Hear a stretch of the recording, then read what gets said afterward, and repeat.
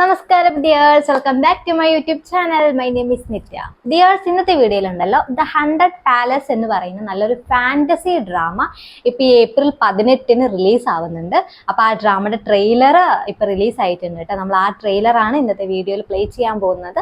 ഇതിൽ main Leeds ആയിട്ട് അഭിനയിച്ചേക്കുന്നത് യൂക് സഞ്ജയ് എന്ന് പറയുന്ന സൗത്ത് കൊറിയൻ ആക്ടറും ബോണ എന്ന് പറയുന്ന സൗത്ത് കൊറിയൻ ആക്ട്രസും ആണ് കേട്ടോ. അപ്പൊ ഇവര് നിങ്ങൾക്ക് അറിയുന്നുണ്ടായിരിക്കും. ഈ ഒരു ആക്ടർ ആണെങ്കിൽ നമ്മുടെ 2015 റിലീസ് ആയിട്ടുള്ള ഹു ആർ യു എന്ന് പറയുന്ന ഡ്രാമയിൽ സെക്കൻഡ് ലീഡായിട്ട് അഭിനയിച്ചിട്ടുള്ള ആക്ടറാണ് കേട്ടോ.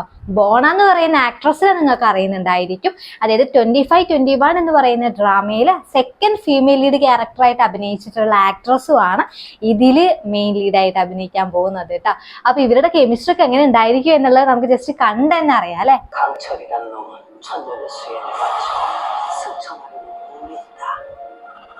ഡ്രാഗണോ?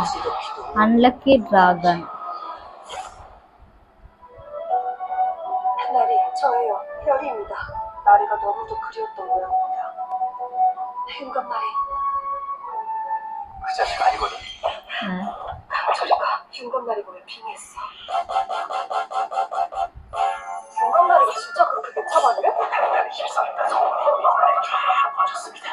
동서간 영감은 당장 입건하라는 주상 전하의 명이요. 싫은데 내가 왜? 지성을 잡을 수가 없구나. 성공합니다. 이자가 고래 예쁨을 노려놓지라. 인간의 눈으로 봐서 그런가 자꾸만 시선이 가고 잡아먹고 싶은 것도 같고 헷갈려서 그래. 윤간다리가 헷갈려서. Thank you for watching. Fantasy ഡ്രാമയാണല്ലോ. അപ്പൊ ഇവന്റെ എനിക്ക് തോന്നുന്നു നമ്മുടെ കഥയിലെ നായകന്റെ മേത്ത് എന്തോ പ്രേതം കയറി അങ്ങനെ എന്തോ ആണ്. അപ്പൊ അതുകൊണ്ടാണ് പിന്നീടുള്ള ക്ലിപ്പിലുണ്ടല്ലോ ബിഹേവിയർ ചേഞ്ച് ആവുന്നത് കണ്ടോ. വേറെ ആളായിട്ടാണ് ആള് പെരുമാറുന്നത്. അപ്പൊ അതൊക്കെയാണ് കോമഡി ആയിരിക്കുമല്ലേ ചിലപ്പോ അതൊക്കെ കാണാൻ വേണ്ടിയിട്ട്. നമ്മുടെ ആ ഒരു ശരീരത്തിനുള്ളിൽ കയറുന്ന ആളിനെ ആയിരിക്കും നമ്മുടെ കഥയിൽ നായകൻ ചിലപ്പോ പിന്നീട് ഇഷ്ടപ്പെടുന്നത് അല്ലേ. അപ്പൊ അങ്ങനെ എന്തൊക്കെയോ കഥയാണെന്ന് തോന്നുന്നു പറയുന്നത്.